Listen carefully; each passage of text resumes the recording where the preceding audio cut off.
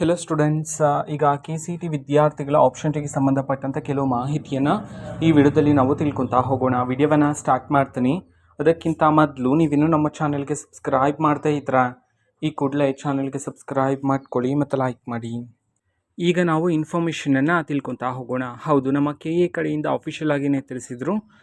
ಇದೀಗ KCET ವಿದ್ಯಾರ್ಥಿಗಳಿಗೆ option entry ಯಾವಾಗ ಸ್ಟಾರ್ಟ್ ಆಗುತ್ತೆ, ಇದಕ್ಕೆ ಸಂಬಂಧಪಟ್ಟಂತೆ ಅಫಿಷಿಯಲ್ ಆಗಿ ಡೇಟನ್ನು ಪ್ರಕಟಣೆ ಮಾಡಲಾಗಿದೆ. ನಾನು ಕಳೆದ ವಿಡಿಯೋದಲ್ಲಿ ಸಹ ನಿಮಗೆ ಮಾಹಿತಿಯನ್ನು ತಿಳಿಸಿದ್ದೆ. ಓಕೆನಾ. ಸೊ ಇನ್ನು 2 ದಿನ ಬಾಕಿ ಇರ್ತಕ್ಕಂಥದ್ದು. So KCET option entry start ಆಗೋದಕ್ಕೆ, ಇಟ್ ಮೀನ್ಸ್ ಕೌನ್ಸಿಲಿಂಗ್ ಸ್ಟಾರ್ಟ್ ಆಗೋದಕ್ಕೆ.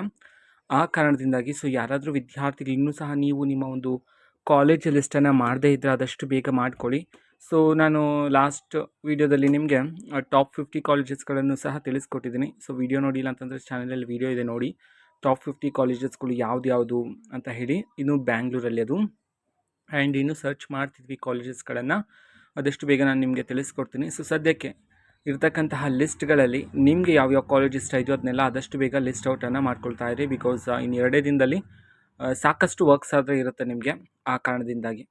ಸೊ ಇದು ಇವತ್ತಿನ ಒಂದು ವಿಡಿಯೋ. ಇದೇ ರೀತಿ ಇನ್ನು ಹಲವಾರು ಯೋಜನೆಗಳಿಗೆ ಸಂಬಂಧಪಟ್ಟಂತೆ ಮಾಹಿತಿ ಬಂದ ನಂತರ ಆದಷ್ಟು ಬೇಗ ನಾನು ನಿಮಗೆ ಇನ್ಫಾರ್ಮೇಷನನ್ನು ತಿಳಿಸ್ತೀನಿ. ಅದಕ್ಕೋಸ್ಕರ ಚಾನಲ್ಗೆ ಸಬ್ಸ್ಕ್ರೈಬ್ ಮಾಡ್ಕೊಳ್ಳಿ.